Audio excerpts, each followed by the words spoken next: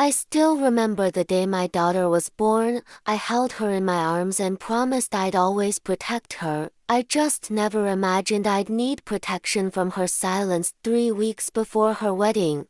My phone rang. I smiled when I saw her name, but the moment I answered, her voice sounded distant. "Mom," she said, "I need to tell you something." I sat down. She took a deep breath and said the words I never expected to hear. "I don't want you to come to my wedding." I laughed at first. I honestly thought she was joking, but she didn't laugh back. "I'm serious," she said. "It's better this way."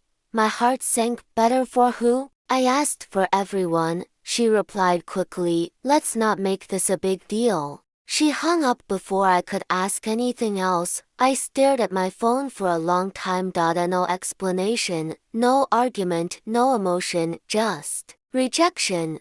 That night, I couldn't sleep. I replayed every conversation we'd ever had, searching for the moment where I went wrong. I was never perfect, but I loved her. I worked 2 jobs to put her through school.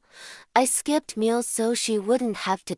So why was I being erased from her biggest day? 2 days later, I got a message from my sister. She sent me a screenshot. It was my daughter's wedding website. Under family, my name was missing. That's when I realized this wasn't a misunderstanding. This was intentional. I finally called her again. "Why?" I asked. "Just tell me why." There was a pause. Then she said something that hurt more than anything else. "You don't fit into my new life." Apparently, her family thought I was too much, too loud, too emotional, too embarrassing.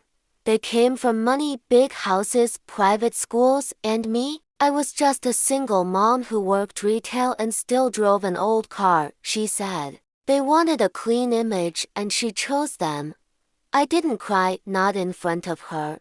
I just said, "I understand." But I didn't. The night before the wedding, I laid out the dress I had bought months ago, navy blue, simple, elegant. I stared at it for a long time, then I folded it and put it back in the closet. I told myself I wouldn't go. I told myself I'd respect her wishes. But the morning of the wedding, something changed. I looked in the mirror and realized something important. I wasn't just her guest, I was her mother, and no one gets to erase that. So I got dressed, not in the navy dress. In white, not a bridal white but a soft, peaceful white. I wasn't going to cause a scene. I just wanted to sit in the back. To see my daughter one last time before she stepped into a life without me. The ceremony had already started when I arrived. I slipped into the back row quietly. And no one noticed me at first, until my daughter turned around. Our eyes met. Her face went pale, but she didn't stop the ceremony. She just looked away. I watched her say her vows. Her smile looked forced. Her hands were shaking, and for the first time, I wondered if she was okay. After the ceremony, I stood up to leave. That's when her father-in-law stopped me. "You're not supposed to be here," he said coldly. "I know," I replied. "I'm leaving." But my daughter heard him. She turned around, and something in her expression broke. She walked toward me slowly. "Everyone was watching now. This is my mother," she said. The room went silent. "She's not leaving." Her in-laws looked shocked. Her looked confused. She grabbed my hand and whispered, "I'm sorry." Tears filled her eyes. I forgot who loved me before all of this.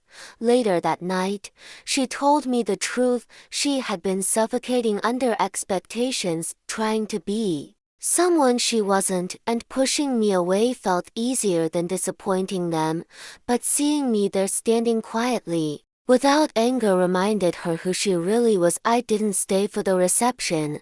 I didn't need to. I hugged her, I kissed her cheek, and I went home with peace in my heart. Weeks later, she came over for dinner. No fancy words. No excuses, just honesty. Sometimes, being a parent means knowing when to step back, and sometimes, it means showing up anyway.